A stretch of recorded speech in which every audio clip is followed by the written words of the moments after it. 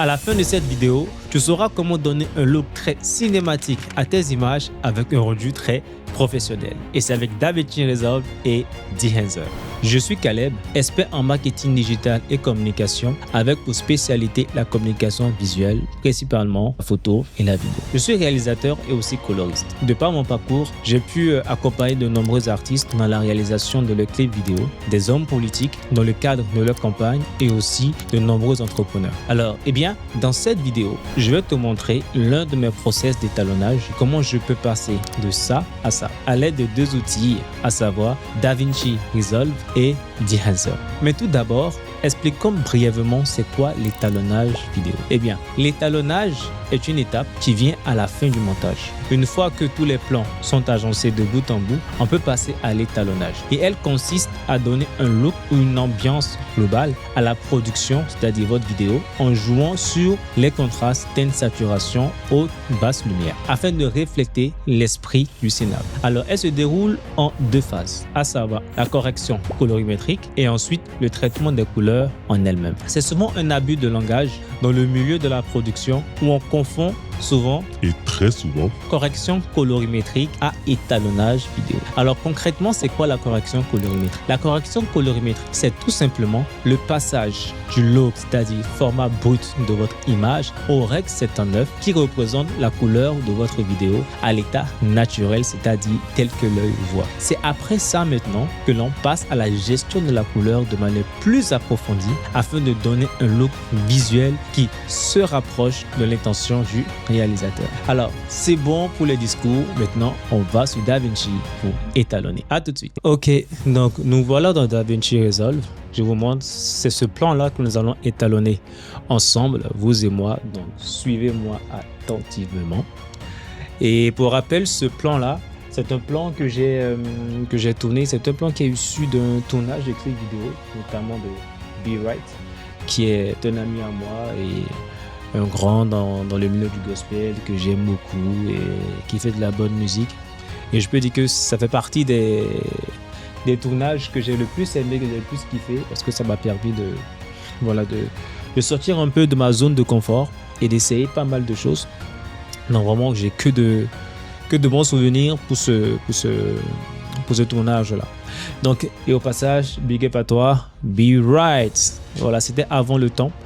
Le titre du morceau, donc pour ceux qui veulent, je vous l'afficherai ou je vous mettrai le lien dans les commentaires, comme ça vous pouvez aller voir et me dire ce que vous pensez de l'étalonnage du rendu final. Voilà, donc moi j'utilise DaVinci Resolve qui est un logiciel spécialisé dans l'étalonnage. Donc moi j'utilise la version Pro et si vous avez l'opportunité de passer à la version Pro, je vous conseille vivement. Ce qu'on va faire, alors je vais vous montrer un truc très simple. Lorsqu'on le fait de l'étalonnage, d'abord comme j'ai dit dans l'introduction, la chose la plus importante d'abord, c'est de faire la correction colorimétrique. Donc là, c'est en log.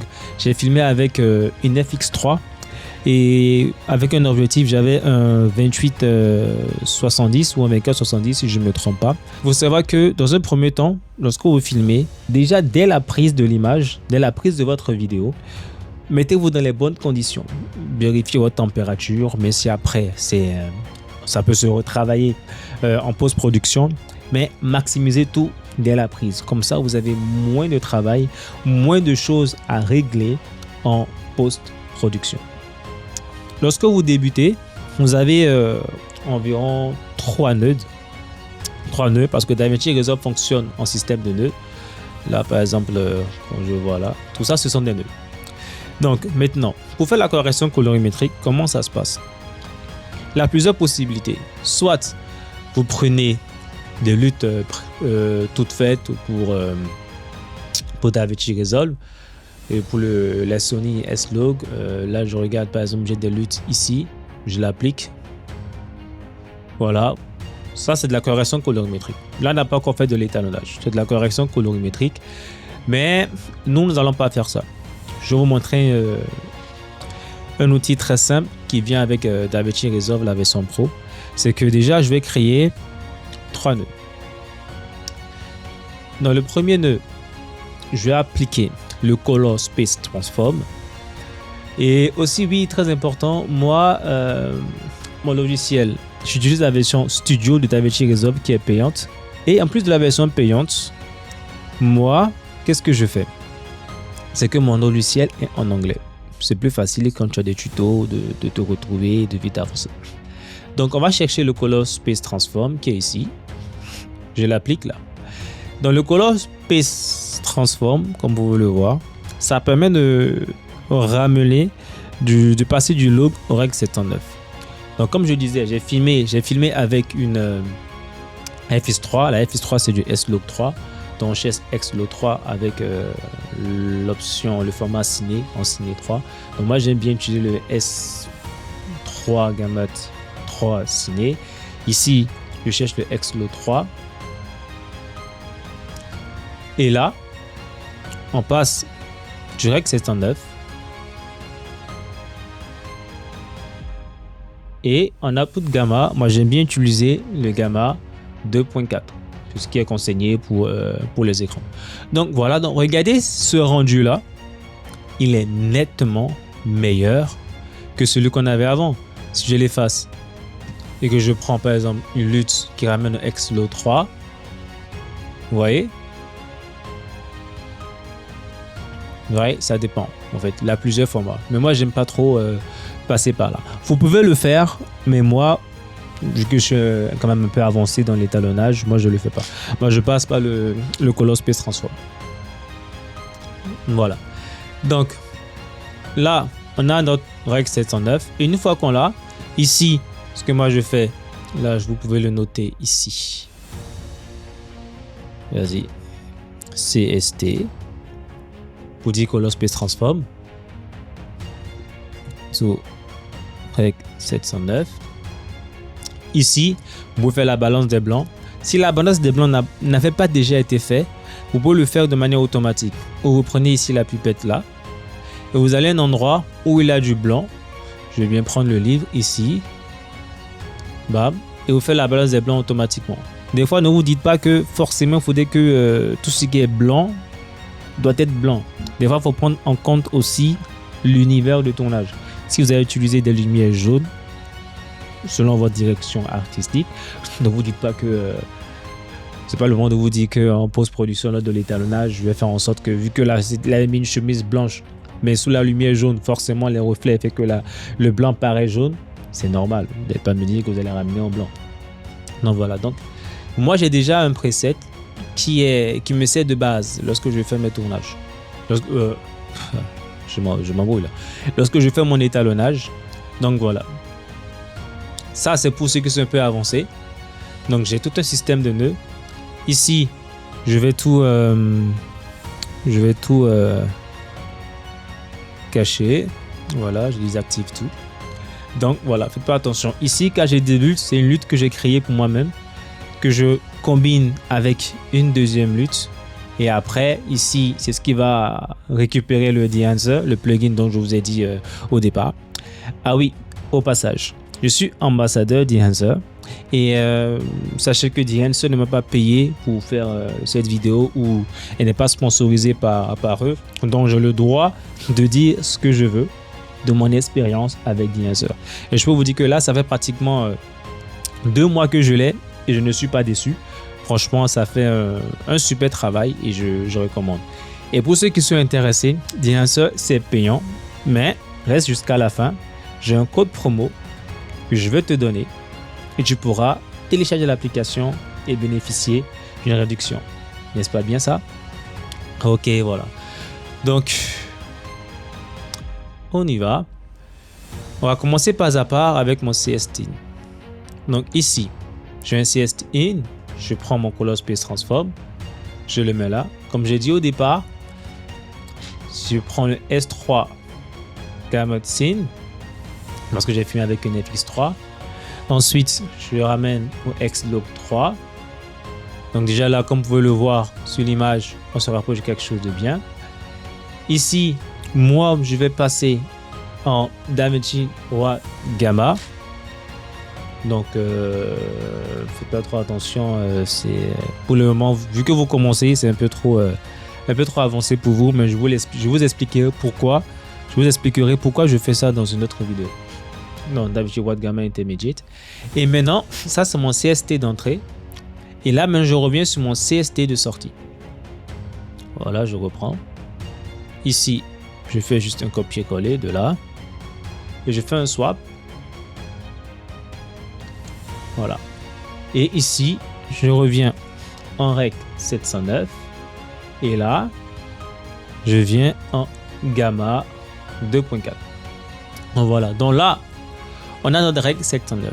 Et c'est au milieu de tout ça, du rec 709, que je fais mes réglages de base.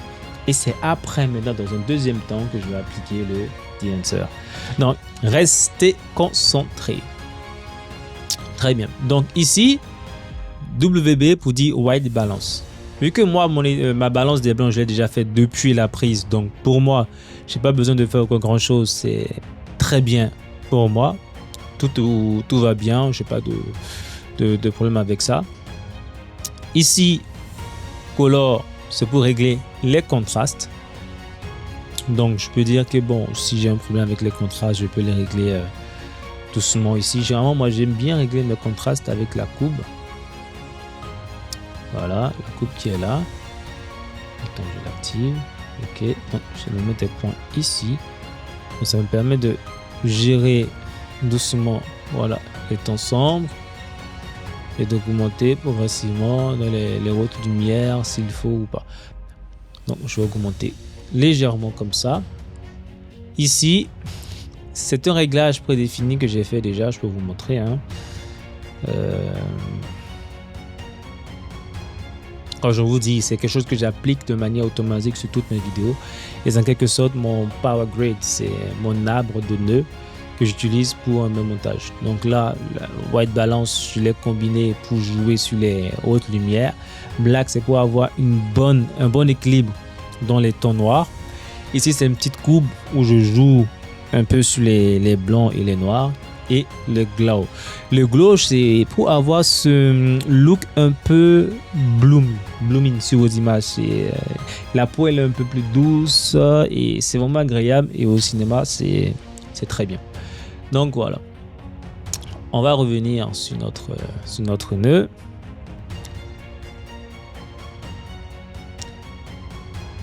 Très bien. Voilà. Comme ça, je l'active. Le lift, je l'active, mais ça, c'est au cas par cas. Ici, je ne vais pas trop l'activer. Comme vous pouvez le voir là, il a un peu de jaune qui a pris sur son visage. Si vous voulez, vous pouvez revenir dans les white balance. Là, c'est un peu dans les tons, les hautes lumières. On va jouer légèrement, voilà. On va pas trop descendre, voilà, et monter légèrement. Ok. Donc, vous pouvez revoir, là, j'ai fait ma balance des blancs. On est ok. Mon CST out, ici je renomme, c'est CST out et non in. Voilà. Donc là, vous avez vu, en une fraction de seconde, on a fait notre correction colorimétrique. Et là, maintenant, nous allons passer à l'étalonnage. Pour l'étalonnage, je crée un node ici. C'est là pour faire tout ce que vous voulez. Par exemple, si je me dis, qu'est-ce que je peux faire? Vous pouvez appliquer une lutte. Donc, moi, je fais. J'aime bien les blockbusters, des luttes qui traitent au cinéma. Donc, ici, par exemple, vous pouvez l'appliquer là, ou celui-ci, etc.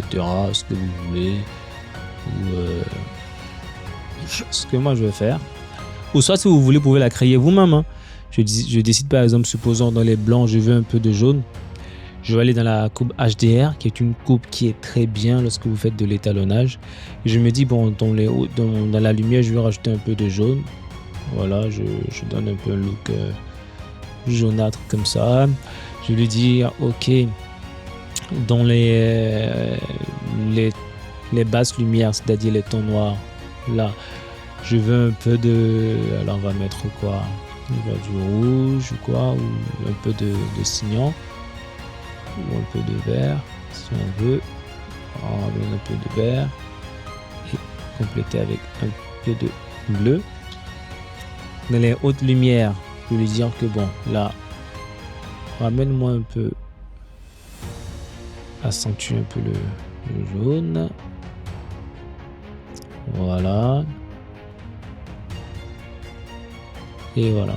Et dans les hautes lumières ici, on peut jouer sur l'ambiance globale de votre image. Et voilà, vous avez un look. Mais moi, j'ai déjà ma lutte de préfète construit. Voilà, je l'active. J'ai ma lutte qui est là. Donc voilà, donc là, c'est tout un processus que j'ai fait derrière. Hein. J'ai fait plusieurs manipulations, plusieurs calques. C'est pour cela que c'est agencé pour créer cette lutte-là. Et une fois que c'est fait, ici, je vais appliquer une autre lutte.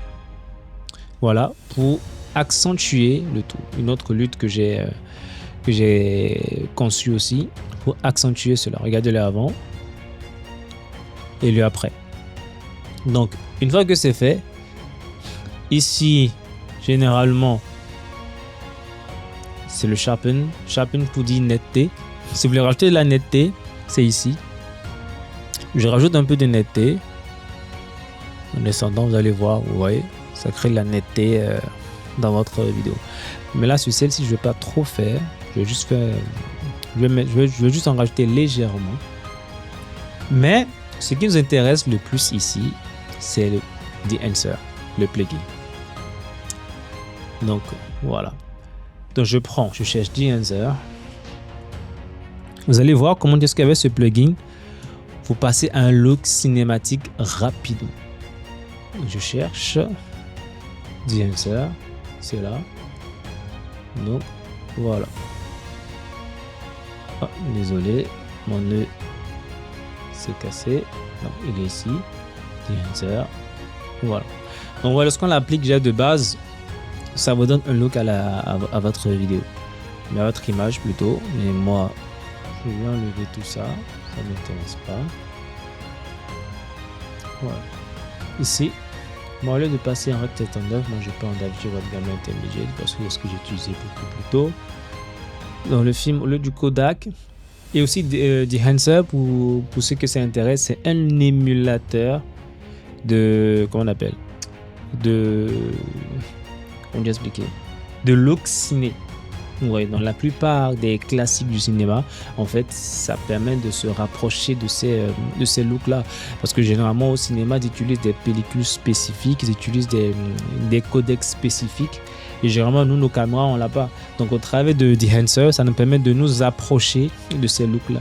Et ce que moi, j'aime bien ici, c'est le Kodak 500T. Vous l'utilisez ou celui que vous voulez. Moi, j'aime bien le Kodak 500T. Et dans le print, j'aime bien utiliser celui-ci. Donc regardez déjà ce qu'on a. Est-ce que ce n'est pas génial? En quelques clics, hein, vous voyez. Même si dans la pratique là c'est rapide, mais moi quand je fais mon étalonnage, je prends le temps de jouer sur pas mal de points, des masques, etc. afin d'accentuer certaines zones, faire des tracking. Dans l'étalonnage, ce n'est pas que ça. Hein. Voilà. Là, c'est quand on débute, vous pouvez fonctionner comme ça. Mais ce que moi je vais faire, l'effet bloom, je vais l'accentuer un peu plus, je l'active. Où est-ce que ça fait là? Ça rajoute un peu un glow autour de votre image, mais je vais pas trop en mettre. Je vais mettre légèrement. Voilà, légèrement. Je vais enlever les grains. Voilà, parce que généralement au cinéma, vous avez souvent un peu de grains dans les vidéos, mais moi ici je vais pas trop en mettre. Soit je vais en mettre légèrement. Voilà, je vais diminuer, vraiment très léger. Vous avez la possibilité de rajouter aussi des halations. Si vous allez voir ce que ça fait, par exemple là. Vous voyez, c'est pas ce que vous arrivez à voir. Si je zoome un peu, voilà, ça crée un peu. C'est bien de rajouter un look un peu vintage à vos images. Mais bon, moi je ne vais pas trop le mettre. Après, je ferai un tuto sur ça. Voilà. Les vignettes, je vais pas en mettre. J'ai la possibilité de rajouter des vignettes aussi. Hein. Là, par exemple, si je l'active, voilà, où est-ce que ça fait? L'exposition, les états particuliers ou assombris. Voilà, c'est la vignette. Il y a pas mal de choses qui sont faisables avec ça. Mais non, mais là, c'est pas le but du sujet. Je fais un peu un tour. Le moniteur, les fausses couleurs, ça c'est très bien parce que ça vous donne une indication sur les hautes les basses lumières ou aussi les tons moyens. Tout ce qui est en rose là, c'est les hautes lumières, et en noir, c'est les basses lumières, et entre les deux, vous avez les tons moyens. Donc moi, je le prends, ça met 7 indicateurs. Vous voyez, ça met 7 indicateurs. Et ici, voilà, je vais l'enlever. Ici, je vais utiliser, voilà. Moi, déjà, cette image-là, bon, déjà de base, elle est assez déjà potable. Mais vous pouvez jouer ici sur les contrastes. Comme vous voyez, si vous voulez un peu plus. Mais moi, je n'aime pas trop jouer avec ça pour le moment. Moi, je vais jouer déjà là sur la compression. Ça, je l'active.